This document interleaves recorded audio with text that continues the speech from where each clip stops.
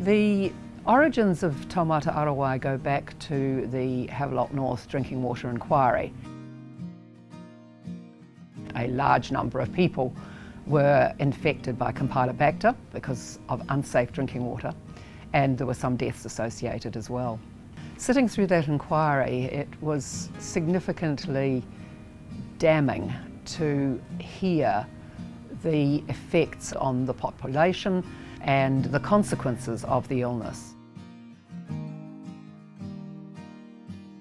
At any one time, a large number of communities, a surprisingly large number of communities in New Zealand, are beset with boil water notices.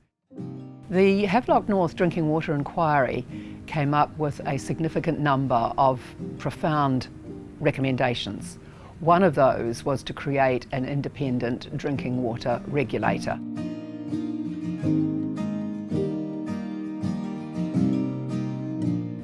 My first memory of Havelock North when I heard was, I hate to say it was only a matter of time, but I felt that the system had to give somewhere. But it never really came home to me till I went up there. And you realise what a breach of trust it is for someone to turn on the tap and get sick. Taumata Arowai is set up and established to deliver, I guess, regulation on behalf of all New Zealanders to ensure that everybody has access to safe drinking water. We are going to set the standards, give guidance as to how to achieve them, and to lift that performance and deliver safe drinking water for all while having respect for Te Mana o Te Wai principles.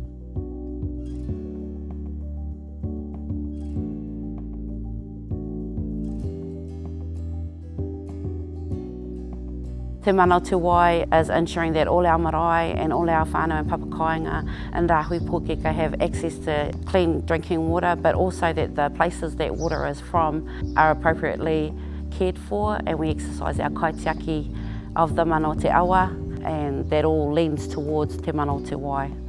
So if I was to talk to anyone about giving effect to Te Mana o Te Wai and our role in Taumata Arowai, it would be how do we preserve the integrity of the water from the source to the tap.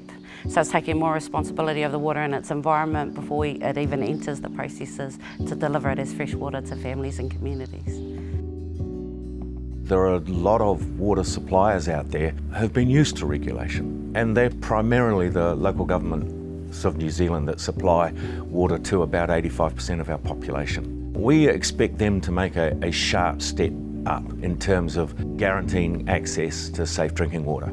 We would expect all of them to be properly registered, all of them with a revised drinking water safety plan. I mean, they are at the forefront of delivery to New Zealanders. They've got to step up. What we also know is that there's about 75,000 drinking water suppliers that come under our control now, our regulation, but they've never been regulated before.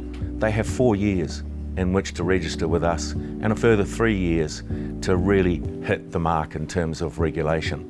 I think that's a marvellous opportunity for all of us to work together. The key though for all of us is safe drinking water to be supplied. If they can't or they're not, we need to work with them, shall we say, in the first of those years. They become our immediate concern. The key message that is embedded in our legislation and our task is to help all drinking water suppliers realise that they have a duty of care to provide safe drinking water for their communities. Havelock North illuminated what a large number of people had been worried about for some time, and it showed just how bad it can be. It's a game changer for Aotearoa in terms of resetting our environmental imperatives as a nation and then implementing that for future generations. This is about bringing back the trust and confidence for New Zealanders that when they turn on the tap, it's good to go.